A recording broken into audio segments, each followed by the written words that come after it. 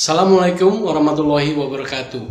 Investasi properti saat ini semakin diminati banyak kalangan, tidak hanya dari sisi pengusaha tingkat atas, tapi juga diminati masyarakat umum.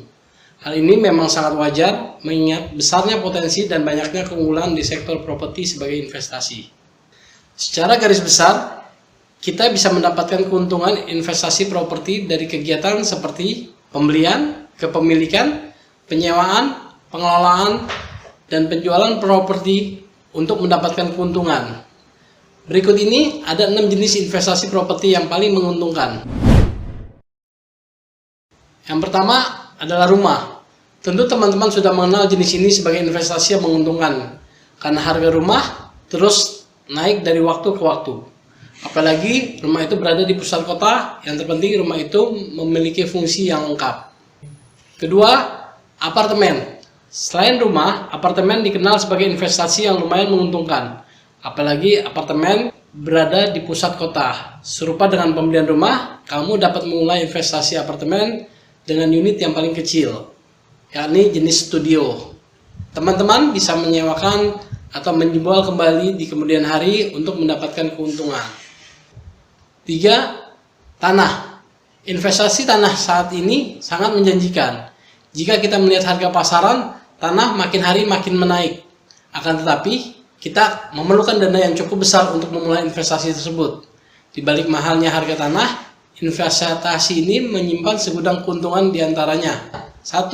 Minim perawatan. Yang kedua, dapat dimaksimalkan dalam bentuk lain, seperti dijadikan kebun atau tempat parkir. Yang ketiga, tidak akan rusak dan hilang. Dan harga akan terus tetap naik. Praktik investasi di tanah cukup masuk akal bila teman-teman mulai membeli tanah, apalagi di pusat kota, meskipun dengan ukuran yang kecil. 4. Villa. Memiliki villa sebagai aset menyimpan potensinya besar sebagai bagian dari investasi dalam bentuk properti. Jika teman-teman memilih villa sebagai investasi, teman-teman bisa mulai menyewakan villa tersebut untuk mendapatkan keuntungan yang relatif lebih cepat. Tidak hanya itu, villa juga bisa digunakan sebagai agunan atau jaminan. 5. Kantor. Seiring banyaknya perusahaan yang bermunculan, begitu pula kebutuhan akan tempat kerja. Hal ini menjadi peluang besar. Ruang kantor yang banyak dicari idealnya berada di jantung atau dekat perkotaan. Makanya harga ruang kantor cukup tinggi di pasaran. Yang keenam, ruko.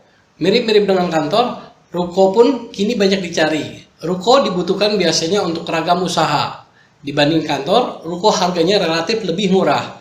Alhasil, investasi ruko tampaknya cukup lebih berprospek. Dari 6 investasi ini, mana yang teman-teman tertarik untuk memulainya? Semoga bermanfaat. Wassalamualaikum warahmatullahi wabarakatuh.